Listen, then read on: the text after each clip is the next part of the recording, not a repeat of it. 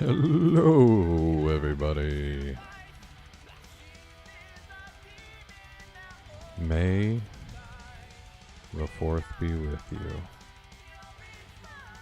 How many times have you heard that today? Or read that? Did your mom text you that today? May the 4th be with you? Mine did. I think it's cool.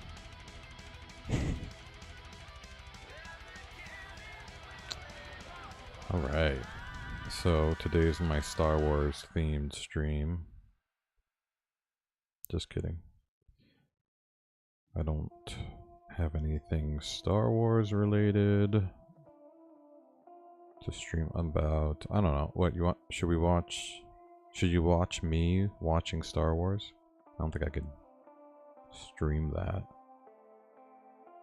You can watch my reaction to A New Hope. See if I cry.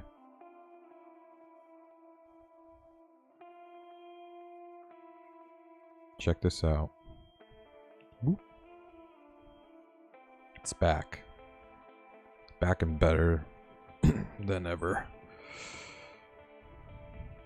We've got the follower goal. I don't know what happened. I think I reset my screen sizing or something because everything was too big. I don't know. I don't know why. I hope I didn't make my resolution smaller. I don't think I did. I keep checking. It's 1080 1920. I might have just screwed it up. Scale to canvas 1287.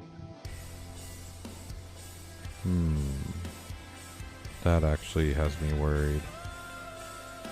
Says canvas is 1287. That's 720p. Uh-oh. Maybe I did do that.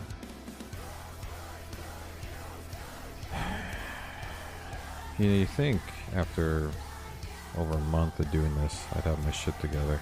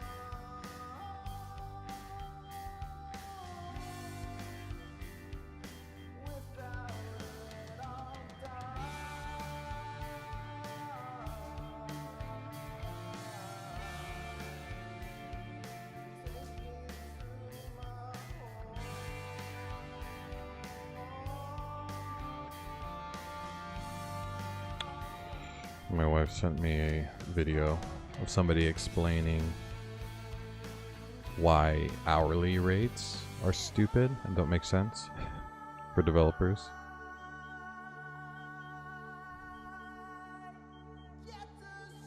To put the last conversation to bed, I'm not gonna mess with my canvas because when I go to Twitch and I go to me and my channel, it says when I go to 1080 as the source in my channel, right? It says so 1080 as the. I'm going to assume I'm still streaming at 1080 even if my canvas is not 1080. So what was I saying? Oh yeah. So she sent me a video about how hourly rates are stupid for contractors or whatever. And whatever. I know it's already been said a million times, but obviously if I'm a quicker developer than you, right?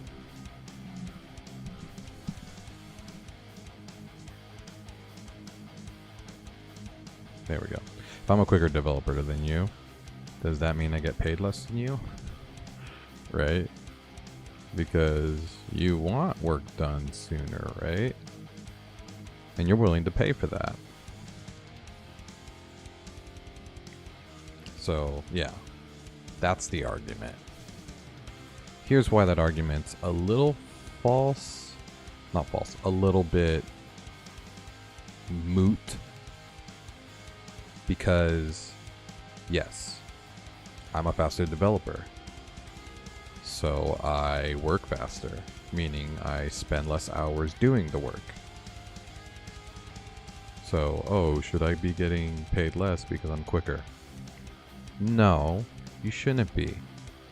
You should be charging more per hour. That's how it works. Better quality work quicker, you charge more for those hours. And people that are hiring people at $30 an hour to get a website made, they're going to get a pretty damn slow website. I mean, they're going to get it in a slow amount of time, right? It's going to take that person longer because they're probably newer. They're probably more associate. They're probably, you know, less experience. And, or they're just used to churning out junk, right? That's cheap. Now, for the same website, somebody who's charging $120 an hour, $120 an hour, like, oh shit, can't afford that. Hey, you might end up spending the same amount, but guess what? It's going to take that developer a third of the time, or a fifth of the time. They're going to get it done in a weekend. You know what I mean? And oh no, so they end up, the client ends up paying the same amount and getting it quicker. Does that mean that the person who spent less time doing it is getting gypped because they could have gotten more hours or whatever and gotten more money? It's like, no, that just means that they have more hours to do other work. So hourly isn't completely invalid.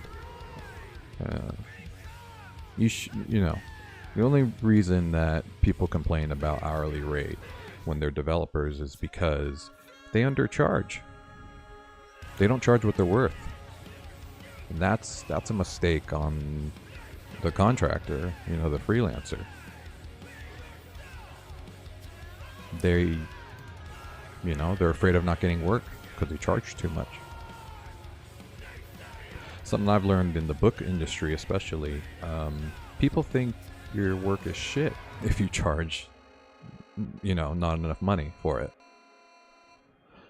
Like a book.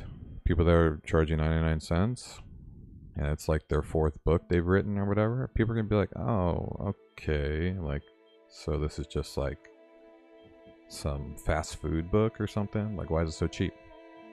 People are like, oh, this book is $8.99. Holy shit. You know, this must be good. You know, it goes both ways. It's a double-edged sword. Some people can't afford it, so they don't buy it. Some people think it's quality work, so they buy it. You know, you're going to find all types of people. Same with clients for developers and freelancers. You're going to find people that are like, oh, this guy charged a lot of money. He must be worth it. Or how could he get away with charging $80 an hour? You know? The people that are going to pay, that's who I'm talking about. I'm not talking about the people that are just shopping for the cheapest and then you end up fighting them for 3 months trying to get paid, right? Because they obviously can't afford it and they're looking for the cheapest person possible, and they're not thinking, if I pay somebody that's cheap that I'm gonna get shit work. You know, they're thinking like, oh good, this is all I could afford, let's just have this person, give them a shot, and, you know, hope for the best. And it's like, I can only afford this, so why would I pay that much? Or why would I pay at all? Because now something happened and I can't afford it. Had this conversation in the last stream with people about having issues getting paid by clients. You know? I had a lot of issues with that. Companies not paying me. I mean, I'm talking to the CEO of the companies, and they're delaying and saying, we just can't pay you this quarter. Like, we, you know, shit's happened, and we're a small company, and you know, I swear we'll get to you and we'll pay you, blah, blah, blah. And some of them like to say, you know, hey, we want to do long-term work with you, so I hope you'll, you know, be understanding, and you'll get more money in the long run, that kind of stuff. But you got to be careful. There's a lot of swindlers out there, and a lot of them are companies, not contractors. You know, you always think you're getting like swindled by the random freelance dev, like, oh, I'm just going to deliver shit and then peace out when I get paid. So that's a rare thing. It's a lot of work to build websites or whatever you're doing, freelance work-wise, design websites. Even when you've been doing it for a long time, it still takes a lot of work, you know, whether it's quick or not. Even quick, you know, even if I could build you a website in a month, and you have a whole business now, it's like, it still takes a hell of a lot of work, especially because every website's different. Even if you're like, oh, I want to look like this website. Yeah, well, I didn't build that website. So I have to build it from scratch still. Or I have to build it and make it look like, build some site and make it look like that site you like. So, that doesn't really help. Now, if you have another website, then they're like, I just want a copy of my other website, and change some colors. Yeah, sure. But these are all things that are discussed during the contract portion, the estimate. You know, we give estimates before we start working on a project, and they agree to it, and then you have a contract. Sign, I will pay this amount. And then that's your insurance policy. Because, you know, when people try to give you the runaround, I mean, ideally you'd have a due date in mind, 1 week, 1 month, you know, some sort of grace period after a project's completed, where they have that much time to pay you. There's issues with that too, obviously. When's the project done? You know, that's subjective sometimes. You know, is the project done when it's dev complete? Or is the project done when it's been QA'd by the client, the stakeholder, you know, and they approve it? Because that approval process can take a long time. And they can be nitpicking you left and right. You know what I mean? Fix this. I don't like this. Change the font. Oh, no, I don't like that font. Oh, I don't like the spacing on the headers. I need a new page. Shit, we forgot about this page. Can drag on for a long time. Went through that a lot too in my freelance days, so. Yeah, I mean, I've said it before, but freelancing it's hard. Because the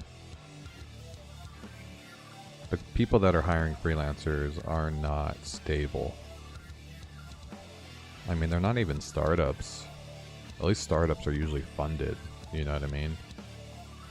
And they have all their financial ducks in a row because they're trying to make something and sell it or sell to a company, or, you know, they're trying to get more funding.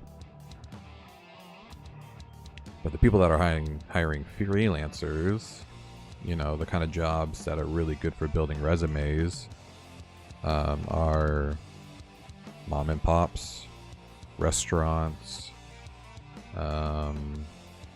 you know, carpet businesses, all the above, all these small businesses. Maybe it's just one person, and I just need a website for my business, you know, my pool cleaning business or something. Or maybe it's somebody who just has an idea, you know? They're a consultant and they need a website that has like some good contact form setups where they can interact with clients, you know, something.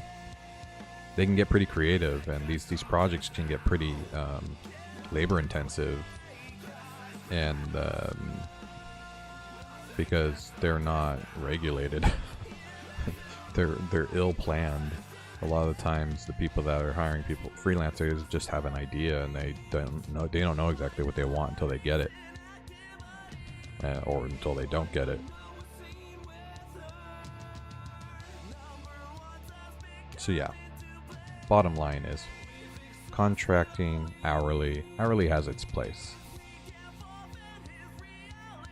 and your hourly rate determines your worth, not the amount of hours you spend working on a project. But you better believe that if you charge a lot of money, they're going to be expecting projects to be done in a nice time. You know, again, depending on the client you're working for. I've worked with, you know, contractors. They're technically freelance kinda, but it's like a contract, like a contractor working for a real company full time, but they just prefer to be hourly instead of salary.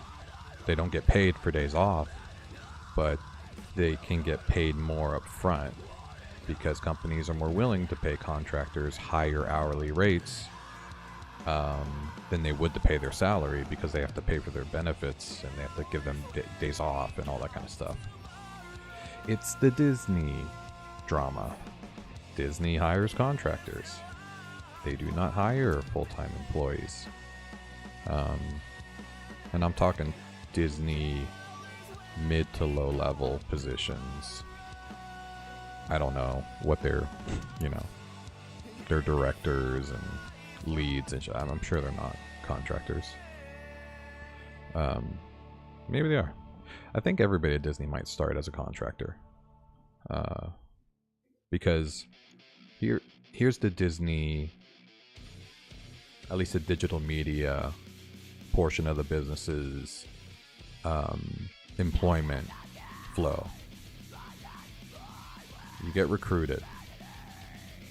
Disney wants you to work for them. You know? It's exciting. It's a big name. And their hourly rate is fine. In my experience, Warner Brothers' hourly rate was insane. They were paying much higher than they needed to. At least in my day, what the rates were for the same amount of quality of work and stuff like that. I mean, technically, Warner Brothers was paying much higher for somebody who had less experience than me. So, like, I didn't need the experience I had to work there. I had too much experience, and I still thought the pay was high. So, Disney hires you. Awesome. You're going to work for them. You got your hourly rate. You are now a contractor for Disney.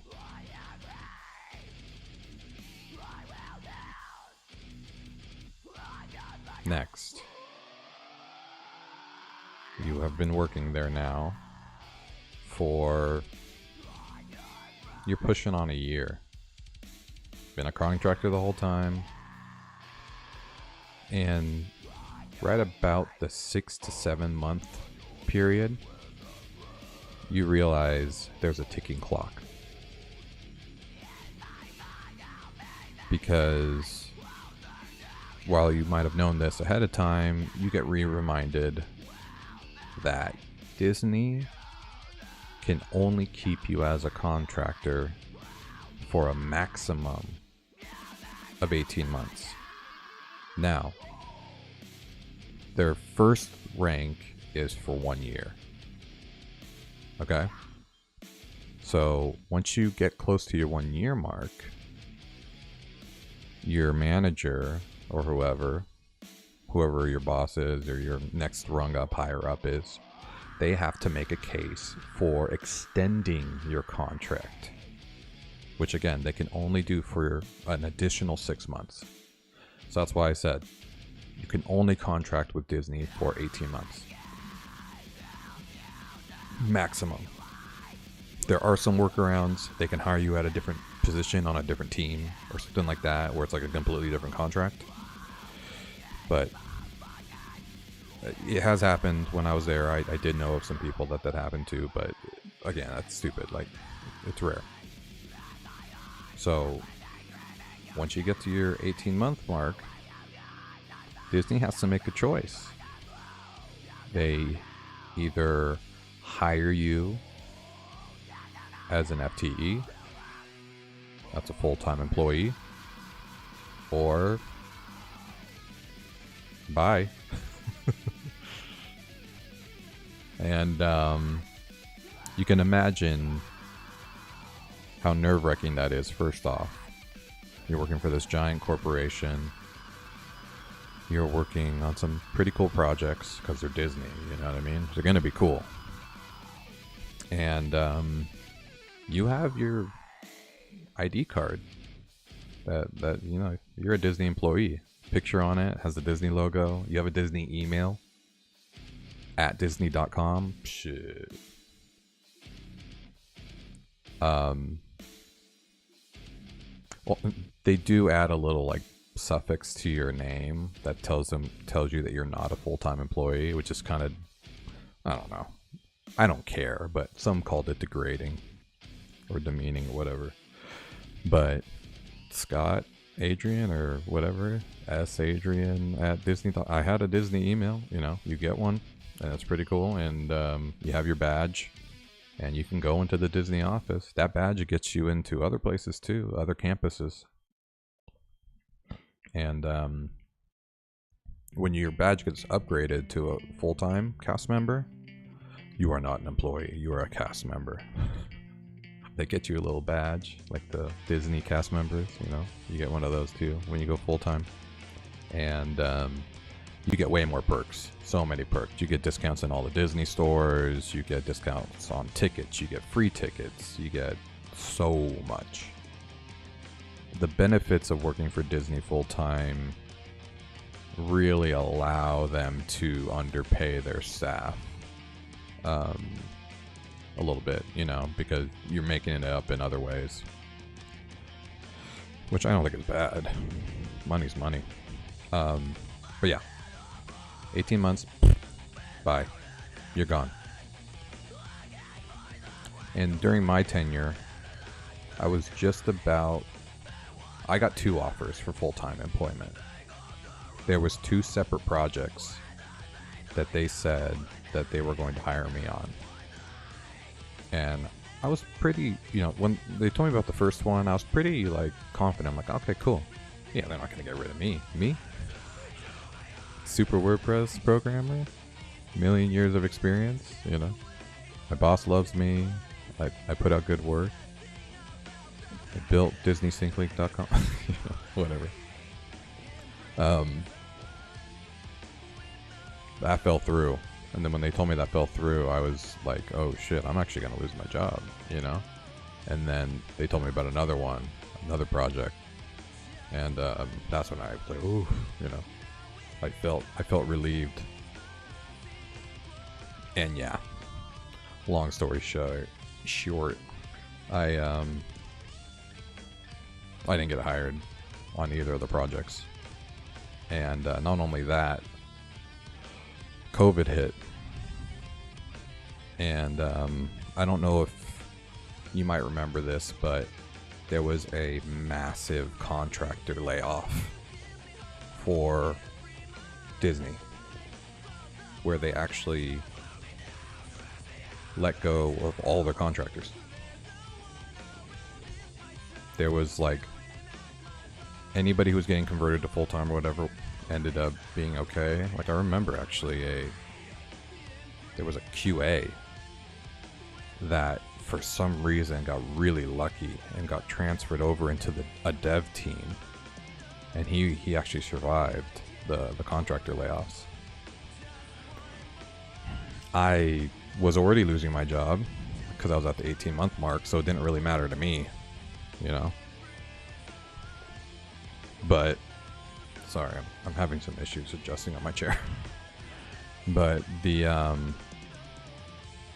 main issues I was having were that, you know, other people that had just started a week prior, 2 weeks, nailed this job, got a Disney job, you know. They lost their job regardless of how long they were there. They were barely there a couple weeks. This is one of my good friends, Scott Weaver. He was there. He just got hired. I remember being there and being like, ugh, lucky bastard, just starting. Because, you know, I was on my way out. I only had a couple weeks, or a week or so. And yeah, he just started, and then right when I left, they laid off everybody. And yeah, that was rough. That was really rough for him. Really not fair.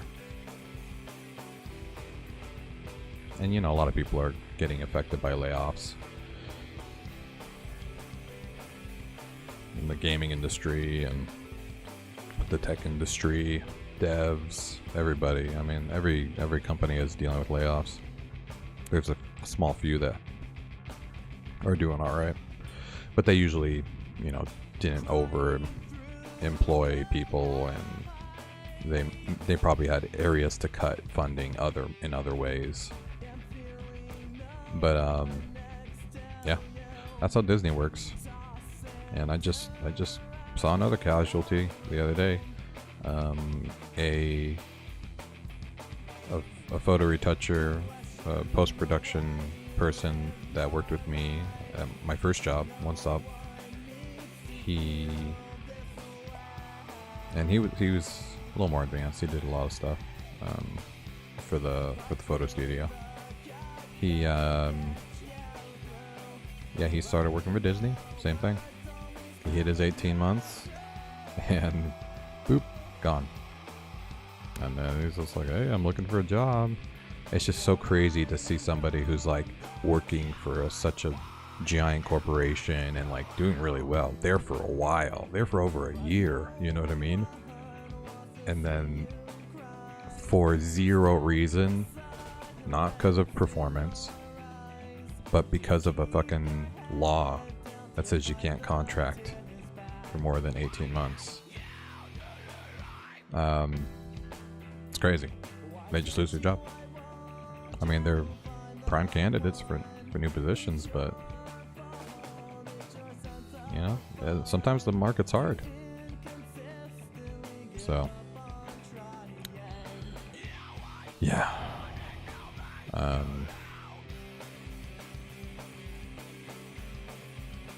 Yeah. The market's hard out there for a lot of people. I've been very lucky. I followed a path that utilized a lot of resume clout and a lot of you know, heavy hitter jobs and experience that have pretty much lent me to be the prime candidate for recruiters. I'm in the US, and by the way, I'm not like bragging or anything, so if any of this is coming off like I'm bragging, I'm not. It's actually me explaining how kind of shitty the tech industry is when it comes to hiring people. US based, fairly young, a lot of job experience, right? Done. Hey, Itano Circus just followed. Thanks for the follow, man. I look forward to talking to you in 10 minutes. I know there's a little bit of a delay. But yeah, so when you have those things, it makes it really easy to get hired anywhere. you know, you're a citizen, and you know, you have a lot of experience. You kind of check all these boxes that recruiters are looking for, especially in the higher level positions. And usually when you're getting up to those higher level positions, money's not really an object. It's more about what your confidence level is. You know, I mean, I don't ever accept a salary, you know, that people are offering. You know, if I don't double what they're offering, you know, I'll get pretty close. And yeah, get walking if you don't want to give it, you know. You have to know what you're worth, and then you need to double that. You know, never tell a recruiter what you're willing to get paid. Never tell a recruiter, you know, what you were getting paid in your last job. I mean, I think there's like laws now that can't even ask that, but you know, you always have to aim high. Because no recruiter in the world is going to just say, nope, that's too much, goodbye. You know what I mean? They're gonna say, oh, they were looking really at a salary cap of, or, you know. And that's when you say, okay, let's meet in the middle. You know, tell them to bump it up if they really, you know, are looking for somebody to go. And then you make them feel stupid. You make the company hiring feel stupid because they have an idea, right? They have an idea of what they think the position's worth. They might even look it up and see what the average going rate for a WordPress developer is in your country. But maybe they don't, and maybe they're wrong. Maybe that they have old data. You know, they don't know that for sure. So when you start saying, "No, whoa, dude, there's no way," you know, I'm gonna go for 160 or whatever. I'm throwing a random number out. It's like, we need to get to at least 180 for me to even make a move. You know what I mean? And yeah, look at my experience. You know, I know this shit. I've worked with people. I know how to talk to people. And, you know, it helps if you can physically talk to people like that and be confident when you're talking. I don't leave an interview with a recruiter, you know, like just a quick call or anything like that, without them maybe feeling inferior in some way. Whether it's just like, oh, that guy must be getting paid like $1 million right now. Like, shit, I better try to get a bump. Because, hey, guess what? Recruiters, they get paid based off of what you get paid. They're going to fight for a high rate for you. When you work for, you know, through a recruiter or some sort of employment agency as a contractor or whatever, they get paid based off of what you get paid. So if they could get an extra 20 grand, they will go for it. Or whatever. If they can get an extra $10 an hour for you, they'll fight for you. But you have to give them something to fight with. You have to tell them your experience. You have to tell them, I know exactly, because you already know the job description. Their future projects, I know exactly what they're planning on doing, and I can do it. And I can lead them there, you know. I can be part of that. And makes a big difference, your confidence level. Because guess what? You tell a recruiter or a company, even if it's just straight out a company, like a real hiring manager's talking to you, or HR's talking to you, you tell them what you want to get paid, and it's under what they're looking for to pay somebody, they're not going to tell you that. They're going to be like, win. We won. We're getting what we want for cheaper. So, I know when people come to you and they're like, oh, blah, blah, blah, blah. Oh, you're great. Oh, you have all the great stuff. You're the perfect candidate. This is great. So what were you looking for salary-wise for your next position? Now, I've been doing this a really long time, so I know what to say money-wise, which is extremely high.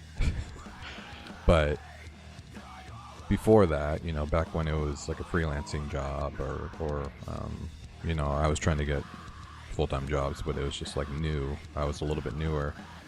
I would never tell them a number. I would always tell them, you know, what's their salary cap. Like, I'm actually really interested in that. And try to, you know, avoid giving them a number. Because they'll immediately tell you a number. And that number is going to be lower than what they can offer you.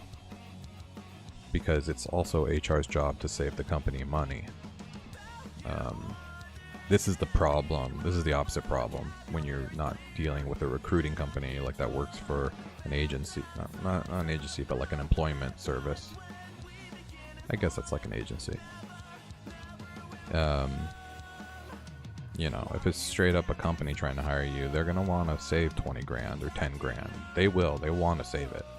And if you ask for more, it's going to be hard to get that after you guys already talk about a rate.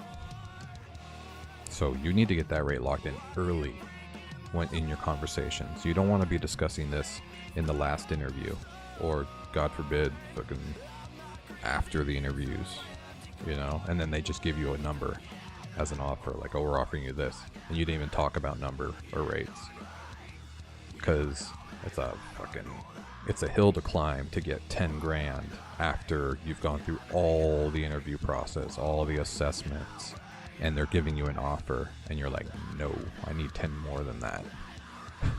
Then they're like, well, fuck you. They won't be so keen to work with you. Yeah. So, I don't even know. I just go on rants at the beginning of streams. I don't even remember what I was talking about. I think, yeah, my wife sent me like a video about contracting work. And then I talked about Disney. And then I talked about salary and interviews. Yeah, well, hey, if anybody's watching this for the first time, I am Scavi Adrian. Nice to meet you. You might have seen me on this website. My website. Orbemortar.com. This is my website. It's a marketing site for my universe, Orbem. I say universe now because it's so many things, but you know, it started with a book, Orbem. So Orbem is a sci-fi crossover and fantasy novel, available on Amazon, and it's also available audiobook, paperback, whatever you want. It's part of a series, The Harmonian Chronicles, as you can see here. Book 2 is dropping July 1st. Starting with Kindle. And Kindle Unlimited. And audiobook will get started as soon as the book's finished. I'm in about 10 days away from turning it back into the editors so that they can do line editing. Alright, computer is exploding. I'll try not to move so you can't tell. And yeah, the main reason I'm streaming nowadays is because of my game, Orbem Explore, which is this right here. So Orbem Explore is going to be a standalone RPG based in the universe of Orbem. It's going to follow the book series as far as storyline is considered, but you know, you're going to get to play as the main character. You're going to get to play with the other characters in the book, and you'll go through the levels, which will be the scenes and the, scenes and areas and lands and villages and all that stuff in the book. And you'll, complete puzzles, quests, collect gear,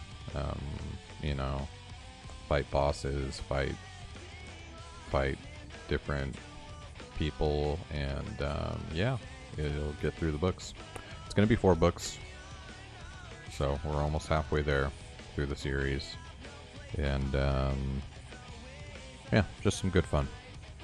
My day job is I'm a website programmer, specifically a WordPress programmer, so that's why this entire game is built into my WordPress website, which might be weird to either game devs or people that follow game devs. Yes, I agree. It is weird.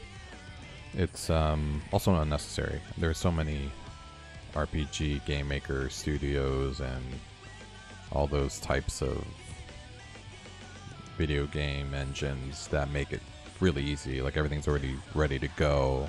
I mean, it's not easy.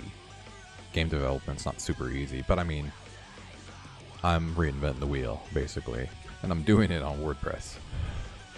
So WordPress is CMS, so I'm using it that way. It's a content management system. I have all these custom post types that define things in the game, and then I basically just make them interact with vanilla JavaScript and styling, just like a website. So when we last left off, I was building the repeater field for the NPC walk path. So I want the NPCs to be able to walk on a predefined path, whether it's in a loop or just walk away from the character after they're done talking, which is part of the first scene in the book. I mean, first scene in the game and book, whatever. So I need to make Forno here. Excuse me. Didn't I shut that shit off? Oh, let's share this, share buttons, whatever. Yes, and I've been in the WordPress world for a long time. I've authored probably almost 10 plugins that are in the WordPress directory right now. Some have over 100,000 installs, that I have to maintain sometimes. And yeah, I mean, I've worked on some of the highest trafficked WordPress sites in the world. Investors.com, Beachbody's websites, and Disney sites. Less traffic on the Disney sites because they're employee websites, but built a Harry Potter website back when I was at Warner Brothers, so I have a lot of experience in WordPress. So it makes it maybe a little bit more acceptable that I'm using WordPress as a framework for building the game. But here's the new area right here, walking path. And then I have a plus button here, which will make 2 new top and left positions. And I'm not worried about styling right now, by the way. I know the UI is shit. So basically what I'm going to do, let's jump into here. I need to enqueue an admin.js actually. Did I get that started yet? I started writing the JS, but I don't think I added the enqueue yet. I think we can close this shit for now. Yeah, I'm also trying to keep the computer running smoothly. I gotta work on it. I haven't cleaned up the computer in a little while. I did get an external hard drive to make,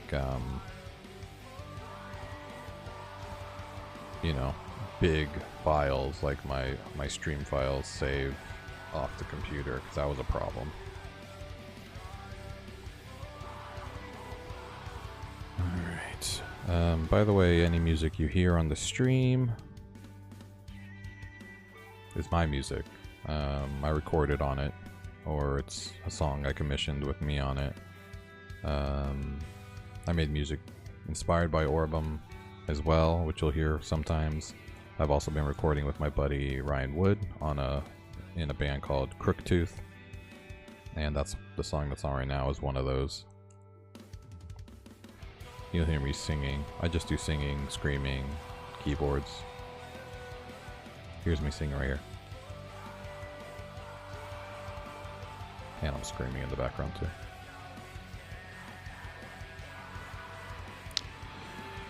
So if you like any of it, a lot of it's available online. Some of it's too old and it's just my stuff. I could send you the file, I guess, if you really want it. Put it on your iPod. I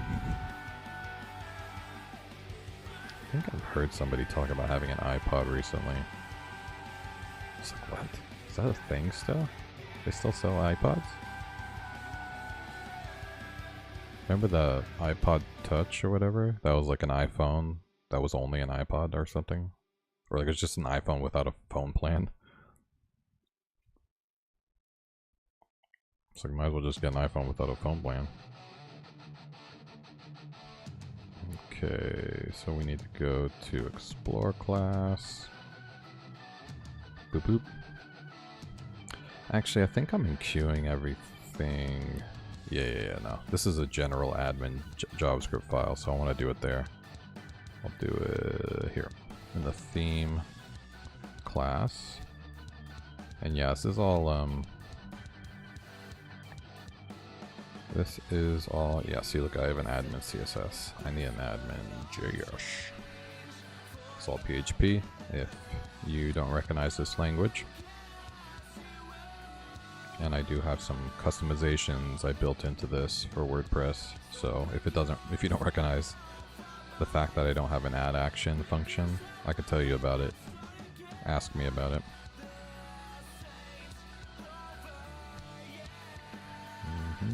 Okay, this will work.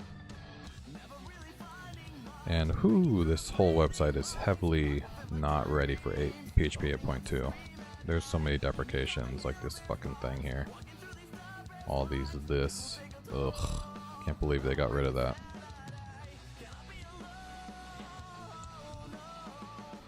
I get it's like a security thing. Like, you shouldn't be able to instantiate a global variable within the class or something like that. I don't know. Because it exists outside of the class, or I don't know why. I don't remember. I read the explanation for the deprecations in PHP, but all right, cool. So it's that. Wait, is it going to be a min file? I forget. Does it make it min? It does. So it's going to be admin.min. All right. Okay, and the src js admin. Cool.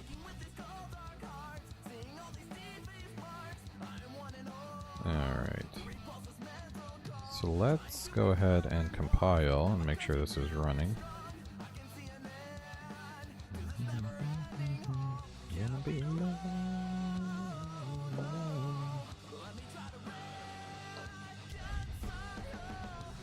This is my old band, Translate the Name.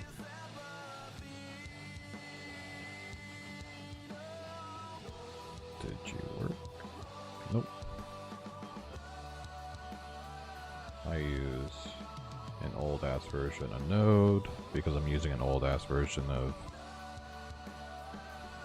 Gulp. Because I'm lazy. I desperately need to hand this code over to Scott Weaver so he can build me a really good local environment system with Webpack and stuff. I'm telling you, man. You know what you know, you're good at what you're good at, and you know. Once you get to a certain age, you let other people do things for you. He does the same thing to me sometimes. I help him with, you know, front end, styling issues and stuff. He can do anything. I mean, I guess I could do it myself too. It just, It's like, who can do it quicker and better, right?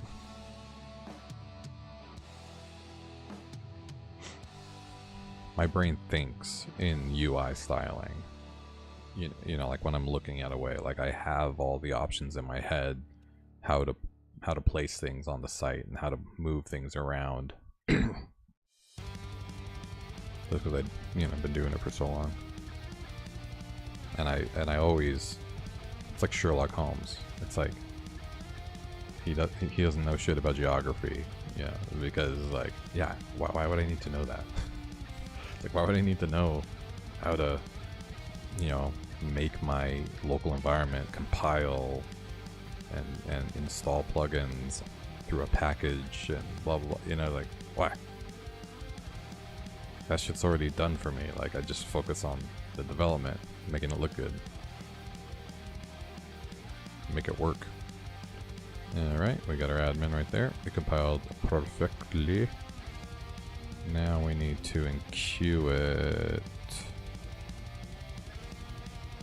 Yeah, why am I registering it? Let's just enqueue this shit. Oh wait, no. Yeah, I'm in enqueue scripts. Oh, and I called it style still. That would explode. Alright, there you go.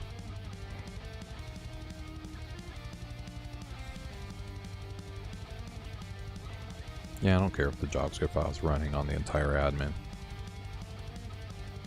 So maybe, let me see where the admin is enqueuing for the styling. Maybe I already have an extra section for that.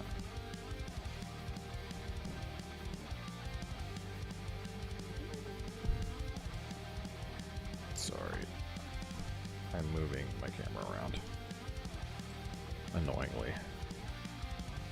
It's just I have, shit. Come on, bro.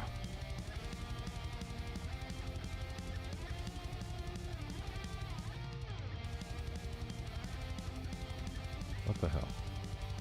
So I keep YouTube on, like, YouTube stream on in the background so that I can see the chat. But sometimes it doesn't make it live. How do I set it live? Live. There we go. Now I'm live. Just want to make sure I don't miss any chats. Okay, cool. Some people jump on YouTube, some people jump on Twitch. Okay, dash admin. Okay, enqueue style is in here. Yeah, see, it's the same shit. Oh, it's only if it's post PHP is the hook. So that's the editor. Okay, fuck it. I'll put it there too. You win past me. That is the right way to do it.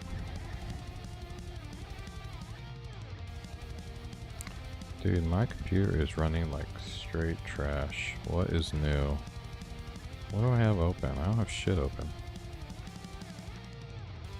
What is... Let's go to activity monitor. God, it's set up to be as fast as possible.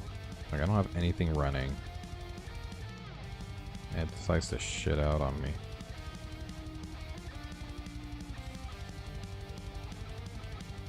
OBS, activity monitor.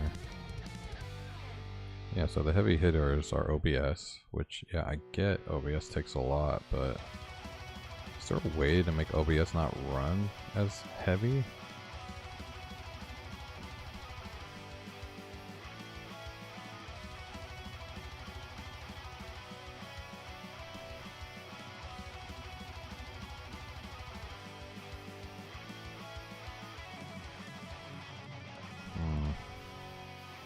See, just jumped down 200%.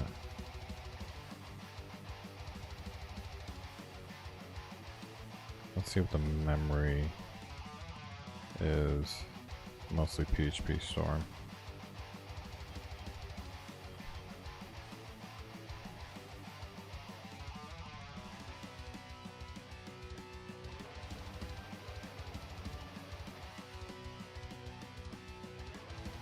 wish I could run OBS on a completely different computer than the one that I'm, you know, using to develop on, but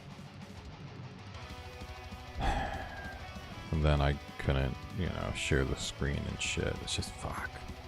It's such a bitch. OBS. Alright. I apologize. I will be right back. Enjoy the music for now.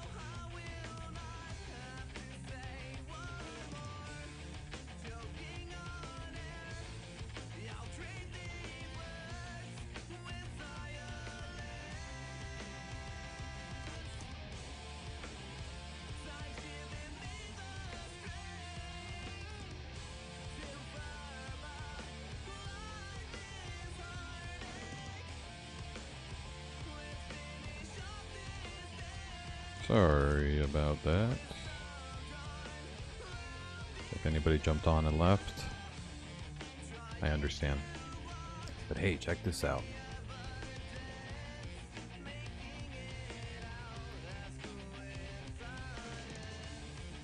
.3D print just finished. Sorry. Probably sounds a little quieter now. I had a 3D print going on this whole time in the background, and it's like right there, so it's kind of loud. All right, let's take it off and see how it came out.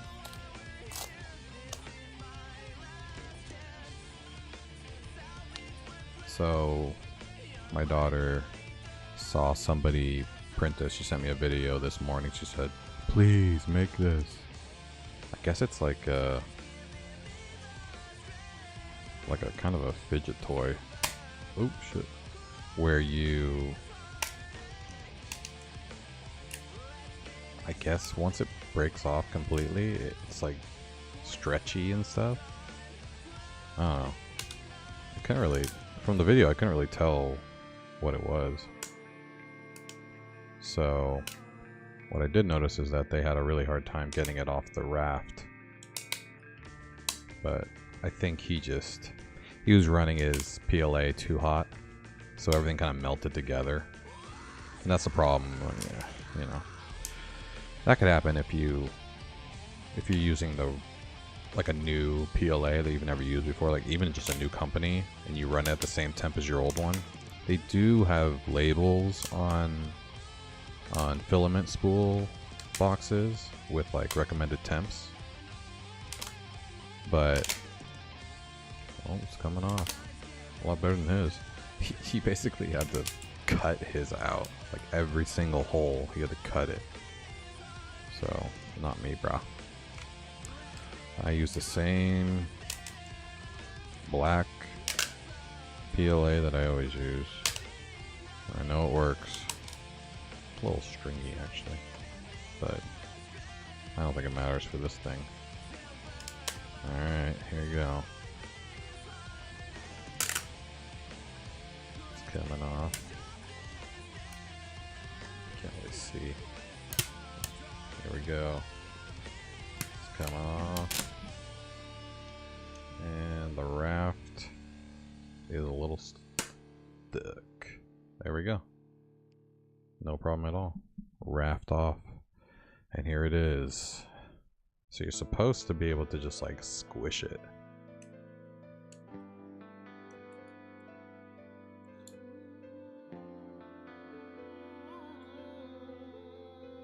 Oh, okay. I kind of get it. How far can you? I don't want to break it before I give it to my daughter. Oof. I guess that's kind of cool. Yeah, it's just a print in place. Just a bunch of hinges, it looks like.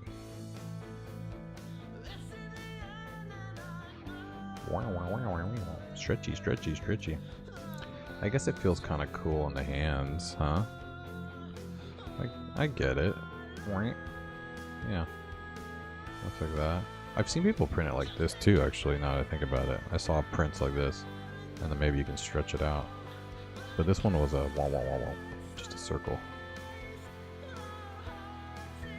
Alright. Not bad. It did its job. I'm always amazed when like a print comes out the way it's supposed to. I've had this. I just use a Creality Ender 3. Like a lot of people do when they first started out. I know there's a lot of shit ton of starter printers that may be even cheaper or maybe even better, but I was following a guy who I started watching his videos from the start, which were like a few years prior, and that's what he was recommending. So I'm like, cool, I like it. They still offered it, so I was like, oh, cool, this is one he recommended. And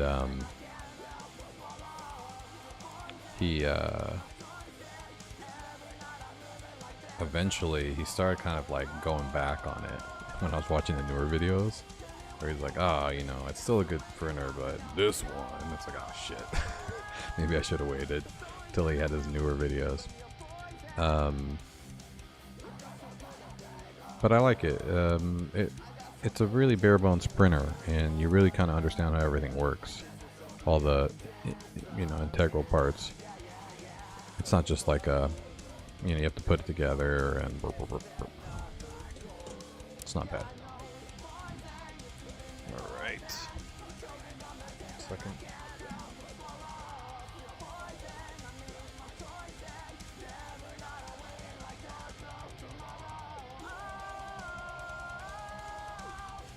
Okay, that's better. Had to make a wardrobe adjustment. Okay, back to this. We're at 60 FPS. My computer decided to calm down. Let's see if we can, wow, sort of calm me down. Let's continue. We know this is now in queuing where it should. Wait, did we do that?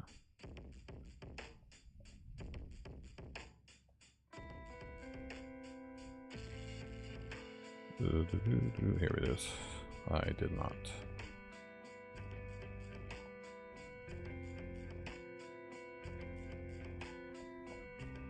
Okay.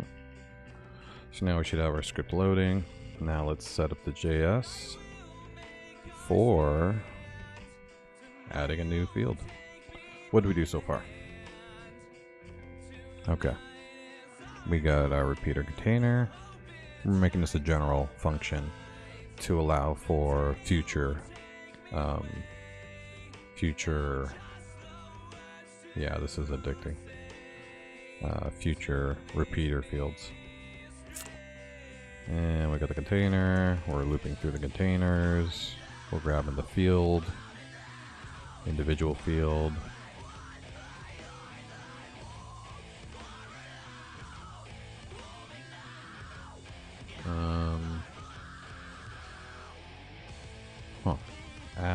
Add field is the button to add the fields. Okay, yeah, we're adding a click event to that.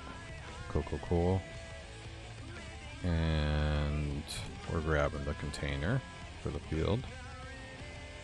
And then what we need to do is clone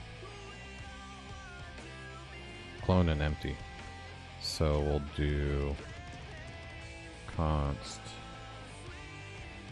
new fields equals, am I doing a field container?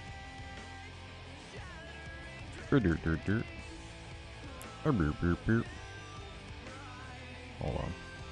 You. Show me. Field container. So what I'll do is, I'll just keep repeating field containers, right? Yeah. In new iterations, that's fine.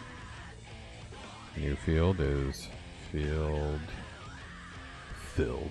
I didn't even spell field right. Spelling is so stupid. I wish I could just, type random objects. Field container dot clone node. That's what I think I assumed last time it was. Is it clone node?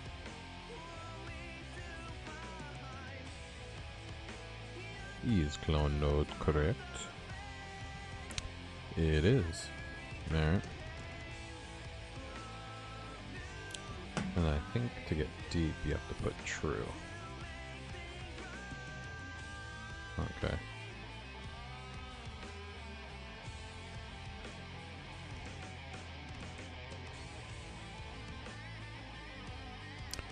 Okay, we got the new fields. So now what I need to do is change the new fields,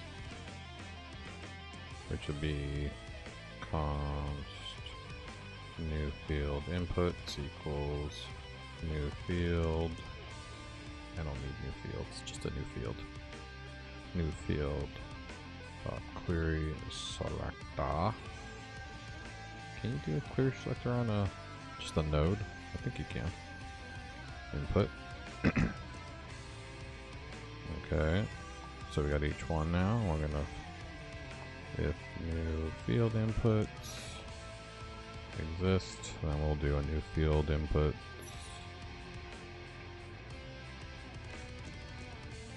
This might seem like a lot of work to create your own repeater field in a meta box, but I promise you, when you have full control over your custom fields like this, and you make them repeatable, you know, or you can, you know, set it once and then you can create as many fields like that as you want, you get a lot of power. And this goes for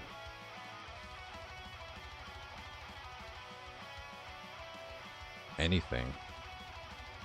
This is why I say, you know, if you can, don't use a theme builder, don't use a starter, anything.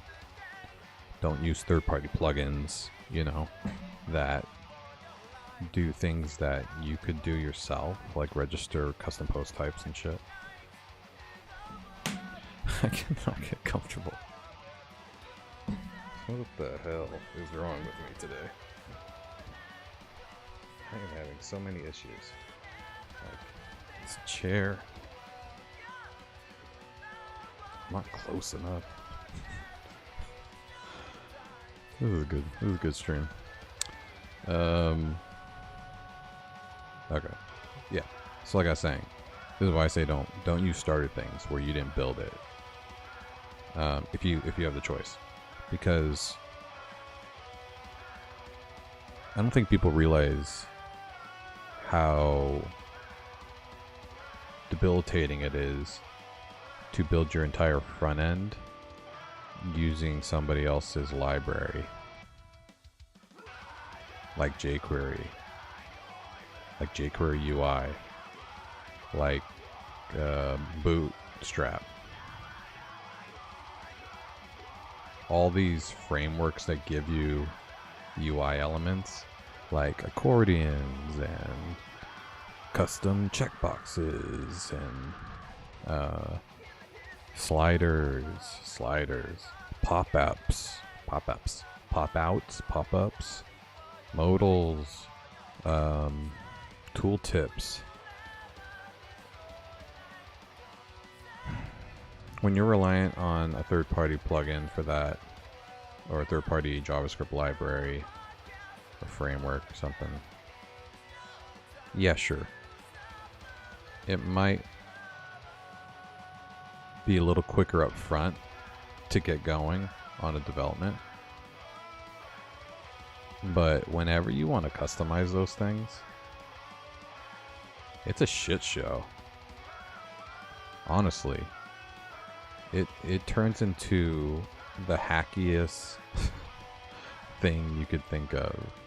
And like, you know, some of those frameworks might have good customization stuff built in, configurations and whatnot, but even that, like, you have to do that. You have to configure it to what you want. You know? But when you have full control over your UI, and you build it the way you want to make it repeatable, then you know exactly how it's built. You know exactly what the function's doing. Like me right now, just building this repeater field in this one little JavaScript function, I'm going to be able to create repeater fields for all input types. Because look, I'm just looking at input. And I can do the same thing for text areas. I can do the same thing for anything, right? And just one time, it's a little bit of work. Am I spelling this wrong? Oh man. It's a little bit of work up front. Not a lot of work, it's a little bit. And it's going to take a little styling to make it like super pretty. The user interaction and the user experience. But once this is done, I will be able to reuse this a million times. And when I want to fix something, or maybe the repeater field is broken in some way, Or maybe I want to add an extra feature, like the ability to add 2 fields to the repeater field instead of just inputs, and customize. Yeah, I can do anything because I made this. I know exactly how it's built, and I know exactly where to change things. And you know, there's no magic behind it. There's no library that I don't know what they did to do it. It just works. You know, I don't care. It just works. And that's really powerful when you're building a user interface or a user experience on the front end. Having the ability to know exactly how it's built gives you power over your website. A power that you can't get when you use third-party libraries and plugins and, you know, frameworks and stuff like that. So that's why I try to do all this myself as much as possible. And again, what do we have? Vanilla JavaScript. Learn vanilla JavaScript. You can do anything. Okay, anything below a principal engineer, you'll be set. And I say that just because principal engineers are, you know, they're getting into some crazy methodologies and Terraform, and it's just like as complex as you can get. They need to. It's their job. They're architecting with new technologies. And everybody else can use vanilla JavaScript. You can use it in React, you can use it in TypeScript, you can use it in Next.js, you can use it in CoffeeScript. Vanilla JavaScript. You know it, you can do anything, anywhere. Including running super performant code. If your front end's just using vanilla JavaScript, that's all. It's just JavaScript, you know? Your browser's good to go. Unless it has JavaScript disabled. And now this goes hand in hand with CSS 3, right? Here's my rung. Top, CSS 3. Anything you can do for the UI with CSS, do it. Always faster, more performant. Animations, you know, movements and transitions, and anything you can do with styling, do it. Moving things to another area. And then if you absolutely can't use CSS for this, vanilla JavaScript, just so you can make your styling better. That's the only reason I do things in JavaScript usually, is to add a class that has styling on it, you know? I rarely have to do a lot of hard-coded styling in JavaScript. I just add my engage class and I remove it, and solid. Alright, so we got a new field input. So each one, we're going to have to empty it. That's pretty much where we're at. So let's see, what are we doing right now? Because eventually this will be filled with a value. So we'll do input value, we'll set it to 0. And then we need to update the name and the ID with the index. Which, I think I should add the index as a data point so I can just read it real quick. Let's do that.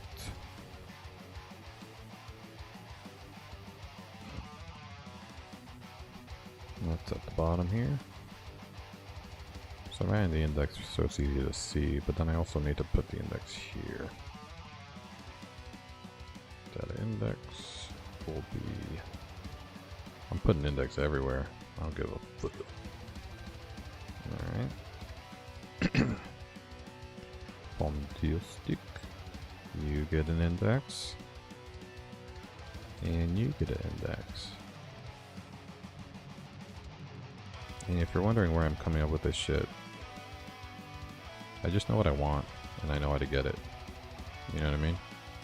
That's how all of this works. First you need the idea, right? You need the plan. What are you trying to build? And it's easy from there. I need to build this. Okay, cool. Now I know the steps to get there. and then you just build upon it. I had an idea when I started this, and it has, you know, optimized and iterated as I went through it, and I add new things, and I change things. It's just like anything else. So in this case, we need the... I just thought about something. Index is inherent for the for each. So I actually don't need the index. This might have just gotten simpler. Shit. In that case, I can actually get rid of what I just added. Yeah, whatever, I'll leave it for now. It's not hurting anybody. Okay, so now we have the index, we have the new field input. So what we're going to do is we're going to take the new field input, and we're going to set the value to 0 by default. And we're going to change the name and ID. Well, let's get the old one first. Get attribute so that we can just do a string replace or something. I might need to do some regex actually. Get attribute name. So we have the old name.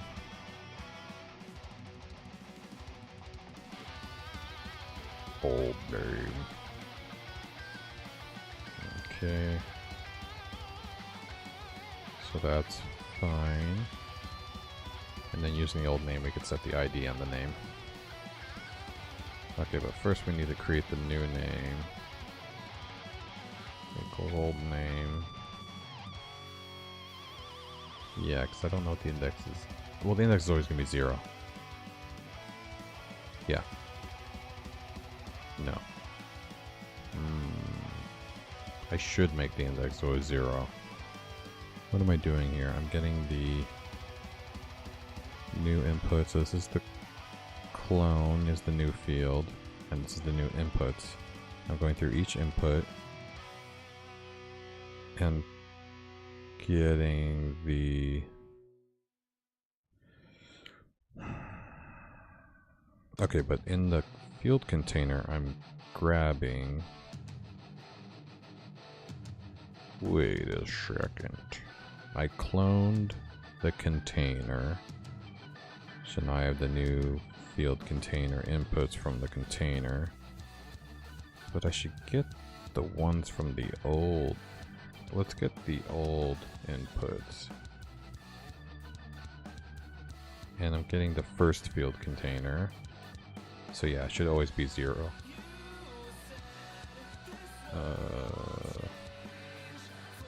Field container dot create selector, and I'll just get the first input.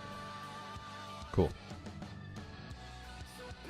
Old name equals, and let's get the old name from the old input.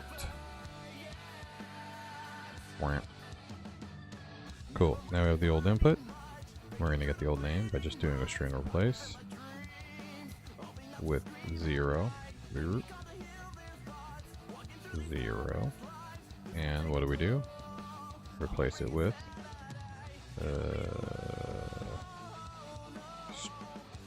string. How do I create a string? Whatever. Index. Cool.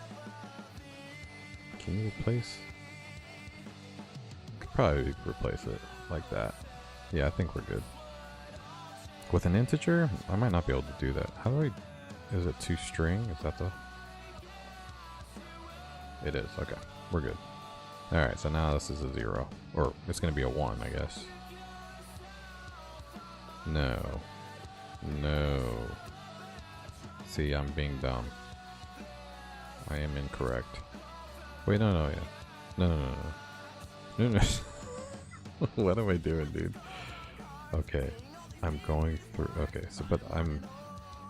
See, here it is. The repeater container. And then I'm... Got the add field. I'm adding a click event. on click, I'm just adding 1. But this index is not the index I need to add. So I'm being stupid. I actually do need to grab the index from... Correct. I was wrong. That index will not work. So, setting the value there. We're changing the name. But index for me actually needs to be the old input.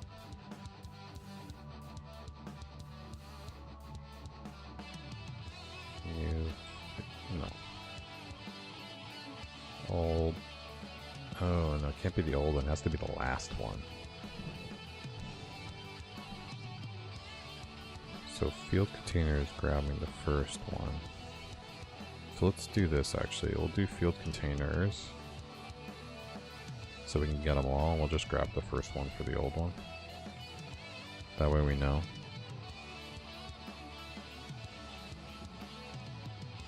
Yeah.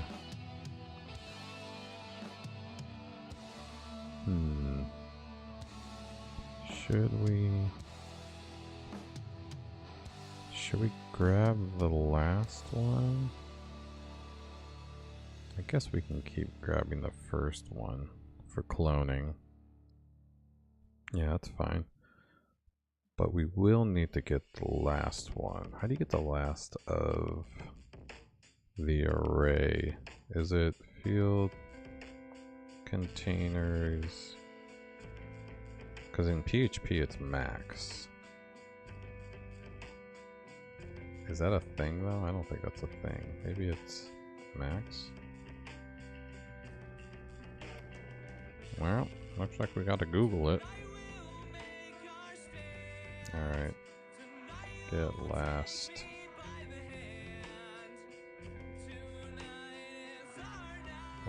Element of array. Oh, they already knew what I was doing.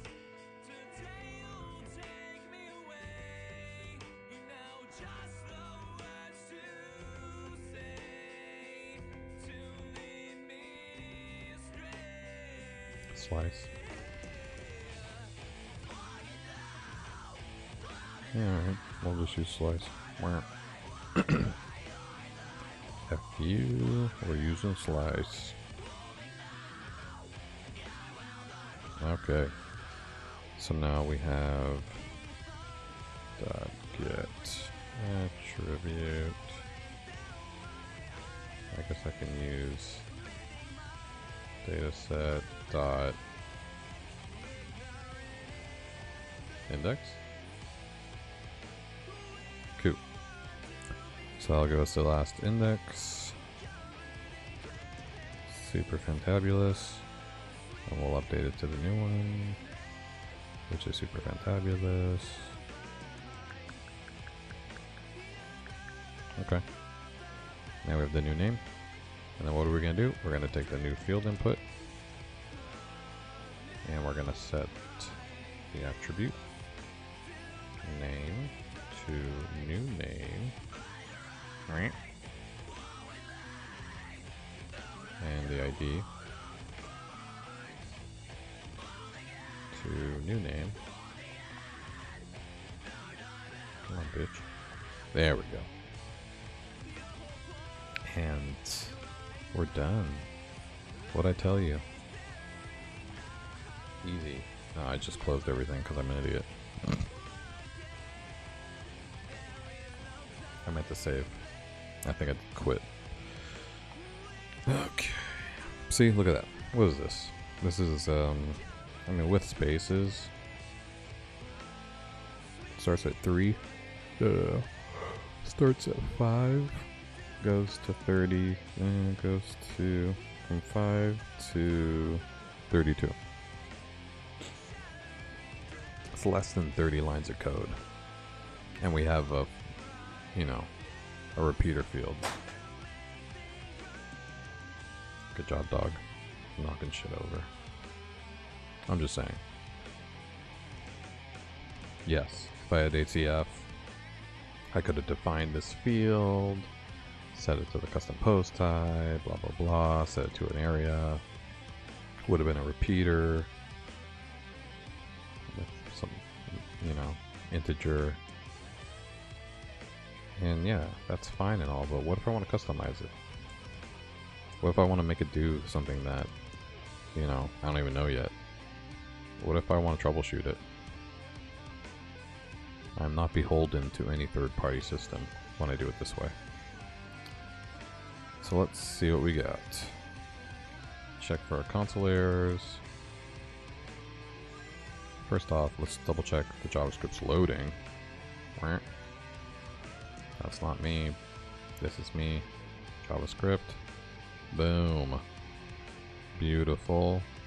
Not minimized. Minified. Yeah, I don't know if I'm minifying actually. Whatever. We're not focusing on performance right now. Okay. And then let's see what we get. First off, we'll check for console error when I click the plus button. Oh, please, computer, just fucking hang in there, dude. Alright, click.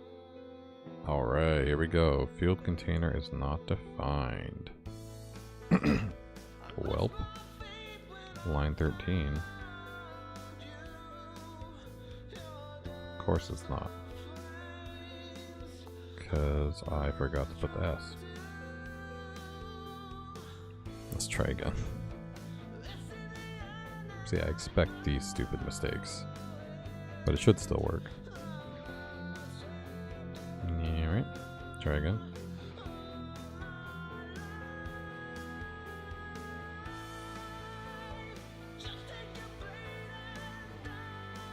Brr. Okay, let's try it again. Here we go. Boop. New error. New input field storage is not a function.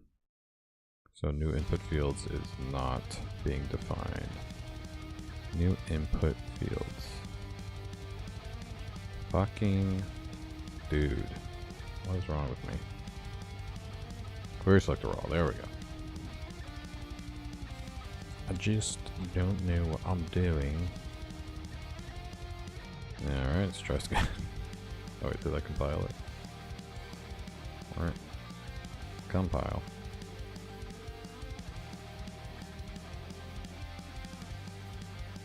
Okay.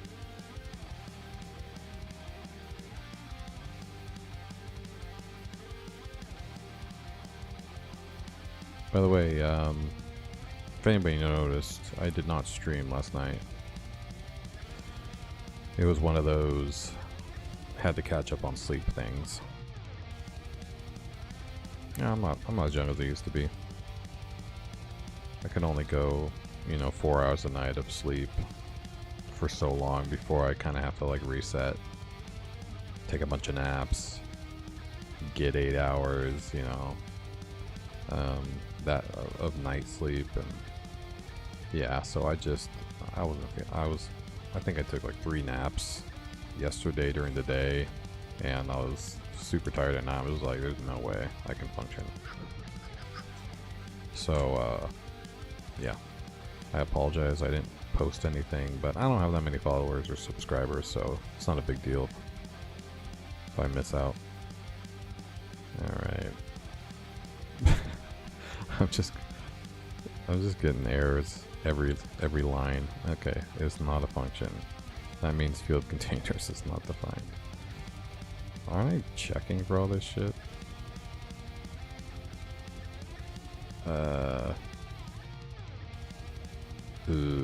Field containers is not defined.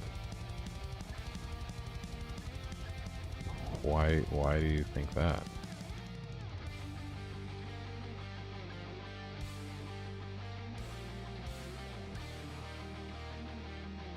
Field containers. Oh my god. It is defined.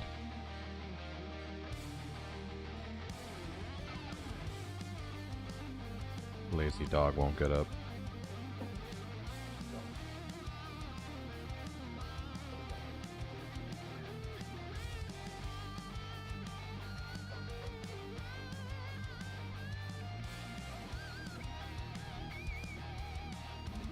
The old dog toy trick. Smirt. Field containers. This definitely should be a function. I'm not seeing an issue. Why are you saying this to me? Huh. Is field containers saying it's undefined or something? I guess I'm not technically checking if it's defined. But field containers is coming from repeater container. Should definitely be defined. Let's check.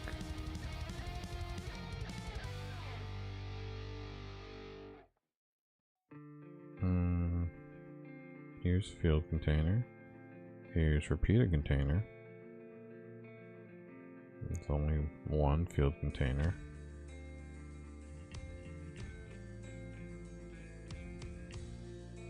Is this because it's not the only thing in here? It shouldn't matter.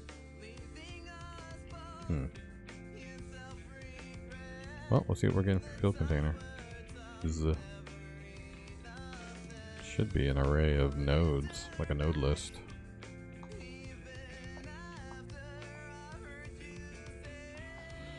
Alright. And my computer is still running like shit.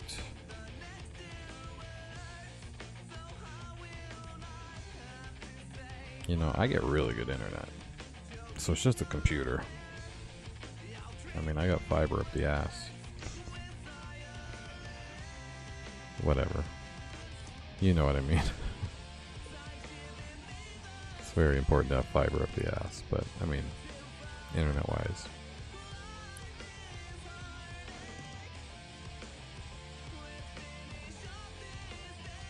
Wait, what? Why are you failing? Get error. What are you trying to tell me? Ooh. Let's see. Are we actually not getting JavaScript?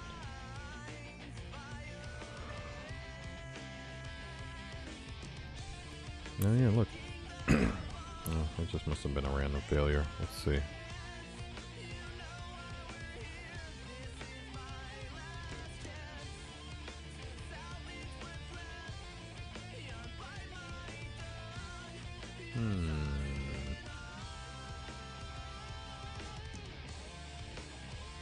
Alright, it loaded. Yeah, that was weird though. Okay, let's see what we get on click. We are getting a node list. Okay, here's my guess. Slice doesn't work on node lists. Does Slice work on node lists?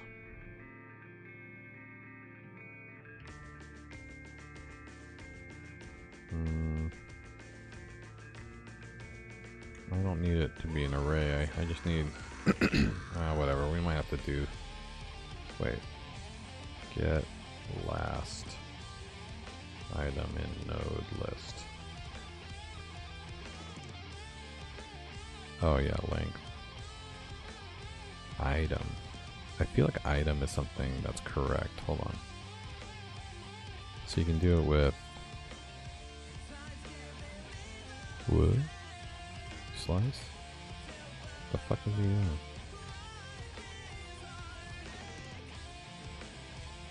Makes no sense. You already have a collection of elements. You always know what the length is.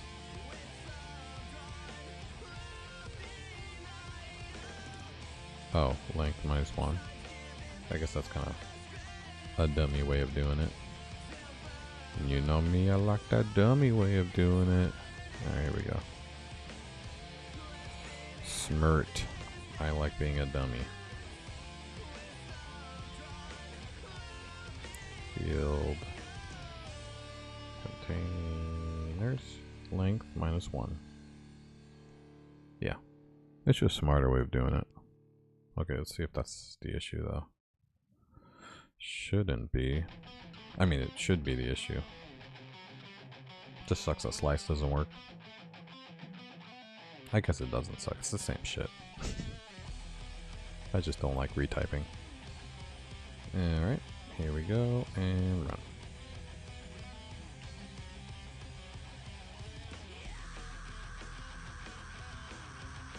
First try, here we go.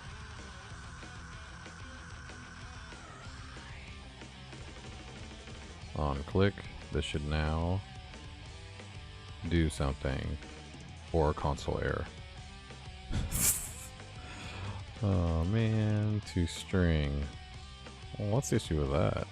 Cannot read properties of, oh, it's undefined. Why is everything I do undefined? Index. Maybe that's a bad variable name. Field index. Yeah, sometimes you just can't use shit like that. Because it sees index as something else. Let's try that.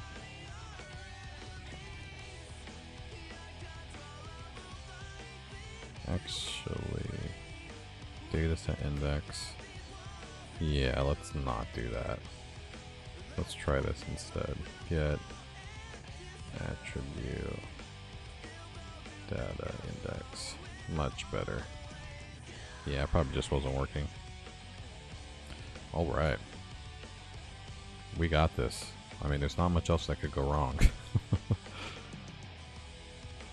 Oh, I'm stupid. I'm not appending it.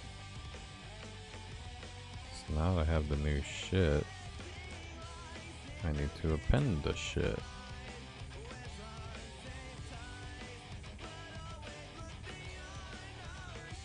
Add field. We're making one field and we're adding it to the repeater container. So at the end of this, we have the new inputs. So I need to append the new field. New field. So let's do that. So we go to repeater container dot append new field. Right? Yeah, I think so. That should work. Alright. Oh no. Yeah, append. I want it to go at the end. And it should have the new index and everything.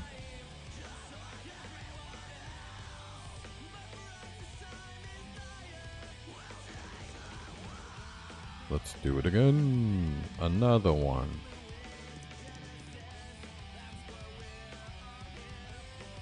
I say this every Saturday, but where you all at? Nobody likes hanging out on a Saturday? Well, you're all partying? You bunch of nerds? There's no way you're all out partying tonight. I guess it's Sunday morning for India. You bitch. Property of null. So now field index is null. Get attribute data index. Did I not name it data index? I thought I did. Let's check.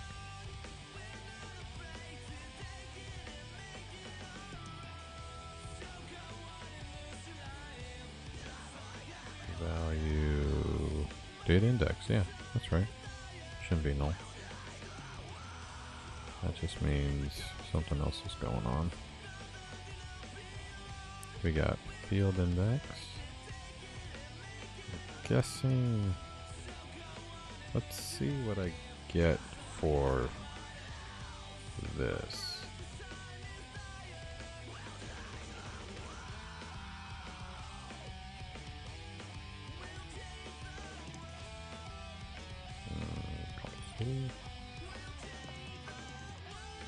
And then let's double check what this equals. Should be 0, because that's what I need.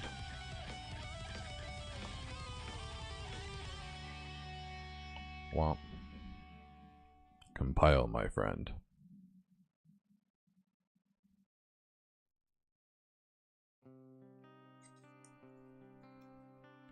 This is gonna blow my daughter's mind. She's gonna be so stoked. Yeah, it came out pretty cool.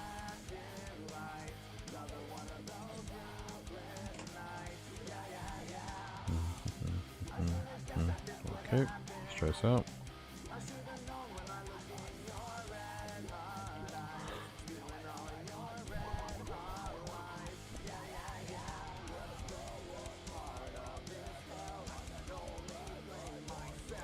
Okay, click. Oh. Well. No errors. Wait, what? I was like, that's not right. Okay. Field container, 0. Perfect. ToString. Oh, it's seeing 0 as null. Whatever, dude. How do you ToString a 0 then?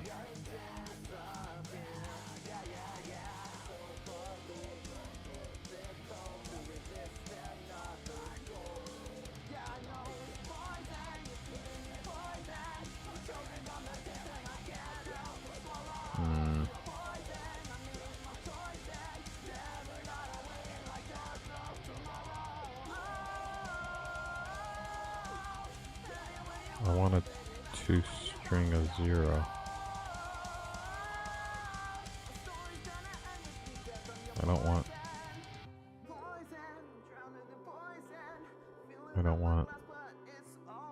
What? In the string format, indicate that the value is optional? I don't know what that means. Can you add a value into ToString?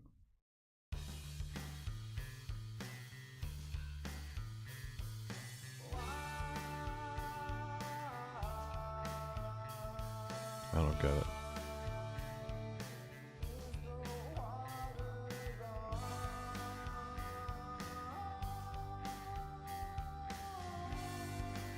What the fuck is going on?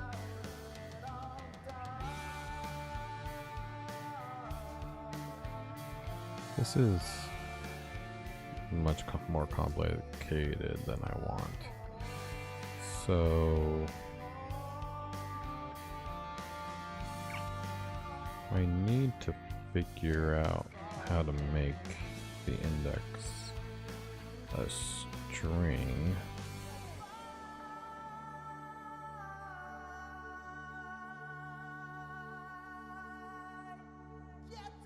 So do they mean this will work?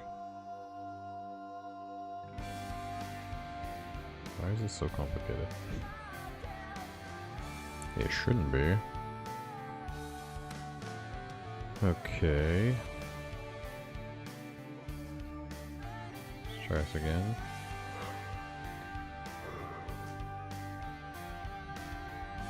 Because it's not a null. I mean, I might just have to check if it's a 0 and set it to 0. Otherwise, do an integer. I just wonder if it's going to be the same thing if it is an integer, like a 7 or... Yeah, right. Well, let's give that a shot first. Shoop. Okay. So... let's do this. Field index.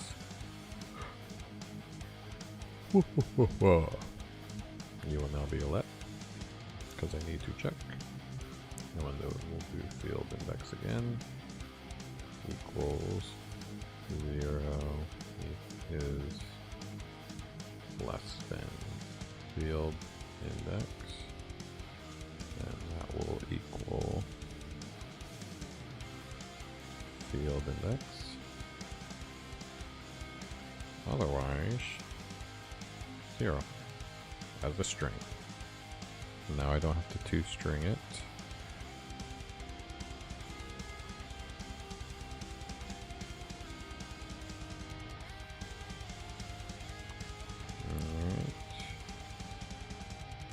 There we go. Let's see if that works. Should work at least the first try. But if it doesn't work the second time, then we'll know why.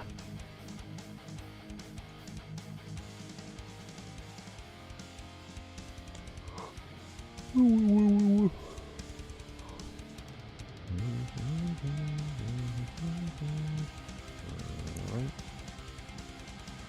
Did I compile? Or am I just tripping?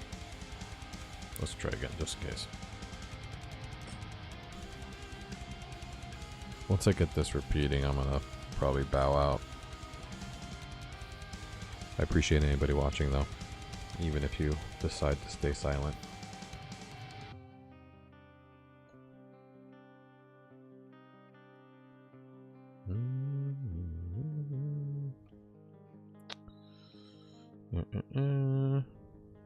Let's check. Here we go. And let's wait for shit to load. Okay, here we go. Plus button, go. Well, would you looky there? First try. I was about to do double horns. That's so gay. Sorry, not gay. That's so lame. Especially like looking like this and doing double horns. That's so stupid. Rock and roll. That's my thumbnail for everything. Rock and roll. Yeah, people that do rock and roll don't have to do that. Okay, so only thing is I need to change the names, but let's double check. Did we get the right index? We did not. It remained 0. So we still have some work to do. Let's figure out why the new name is not working. Old name. New name. Field index. Wait, where the fuck is field index coming from? Oh, I'm so stupid. Field index needs to be field index plus 1.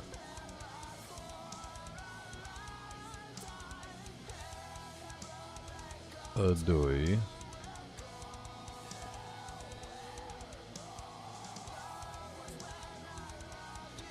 Or 1, right? Because if it's 0, then I know the next one's gonna be 1. Okay. So new name.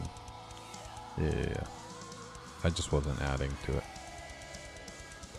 So the name and the ID should be set now, but I need to change the label too. Does the label have its own little wrap? Should. It does not. Shoot. I guess I can do a string replace. Nah. Okay. Maybe I add an index piece to the HTML that I can update, because I don't want to have a random index just floating like that anymore. We'll put it on like here on the actual container. I'll make it class container index. Right? Oops.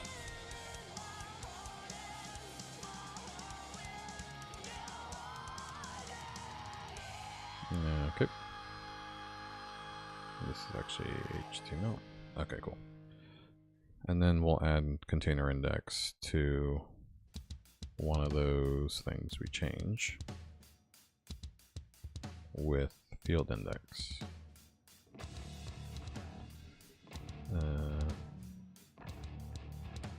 Which should be in the new container, which is new field, right? Dot query selector field container index.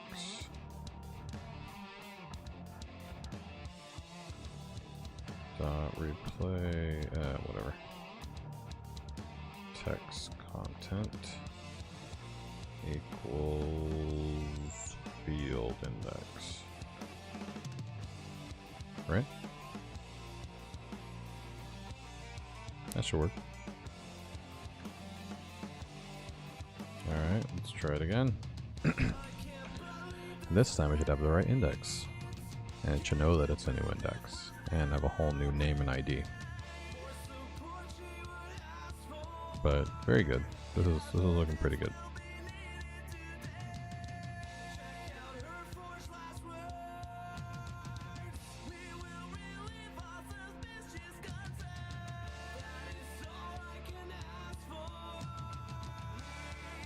Alright. Style min. What happened to you, bro? I'll refresh.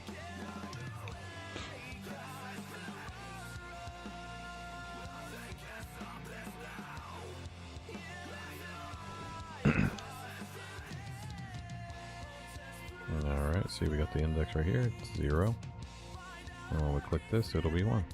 Let's wait for it to load. There we go. Cool. There we go. 1. So now we know that this is the next one, and it should have a new ID and name in its HTML for the inputs. It do.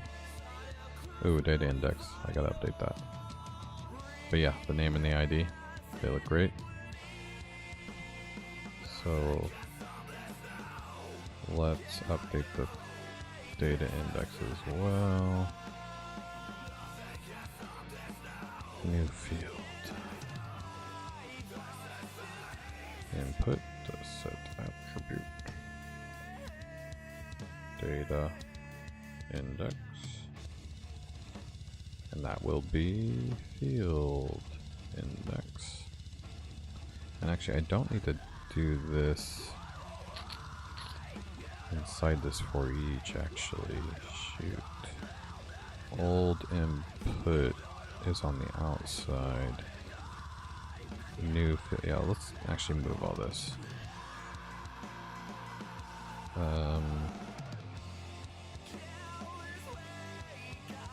Yeah, we can move all this. There we go. Wait, what? This also can stay outside.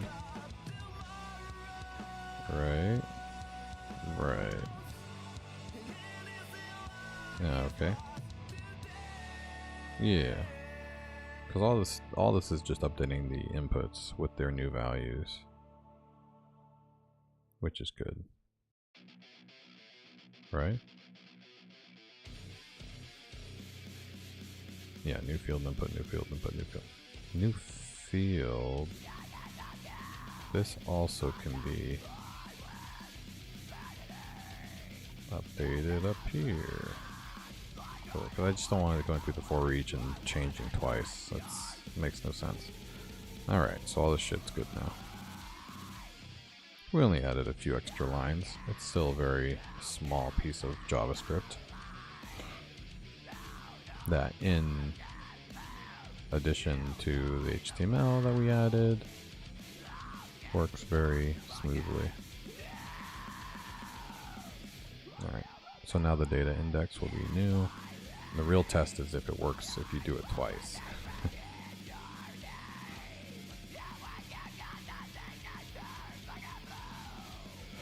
Because sometimes when you create clones and stuff like that, then you lose all the ability to manipulate them. Alright, let's try this again. Here we go. 1. We're good. Let's double check the input is showing. Data index is showing correctly now. Data index is good. Let's double check on the left. Data index is good. Alright, this is perfect and ready to be saved. Okay. Now let's. Oh, it's. That's not good. I gotta bring the plus button out. But let's try again. Okay. Yeah, that's what I was afraid of. It's just not seeing the new one. I bet if I saved it though it would, but I need to be able to reread.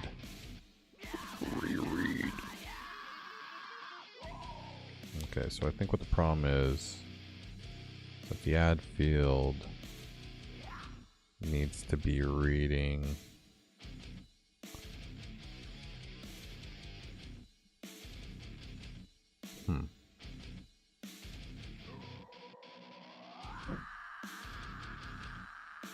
It's almost like the whole thing needs to be in the add field thing.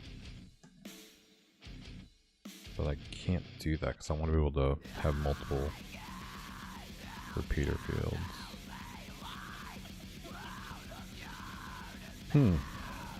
Okay, well let's give this a shot. I'm going to try saving values now. I noticed I have to move the add thing and I got to get it working for multiples, but I want to see if it saves the database at least. First off, let's save the value here. Top position is 3000, left position is 2000, or whatever. Whatever that is. Click update. And let's check that this is saving.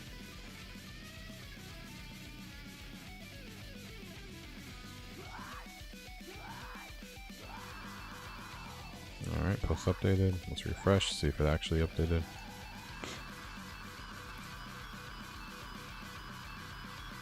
If not, then I haven't set up the save functionality yet. And I gotta do that. Okay. I have not done that yet. But I think I'm gonna end it there, guys. Thanks for hanging in there with me. And yeah, I don't stream on Sundays, so I'll catch you on Monday. But yeah, make sure if you haven't yet, subscribe, follow. Let me know what you think of the content. Jump on, ask me questions, and you know, it's a wild ride, this industry. So join me on it, and I'll catch you guys in the next one.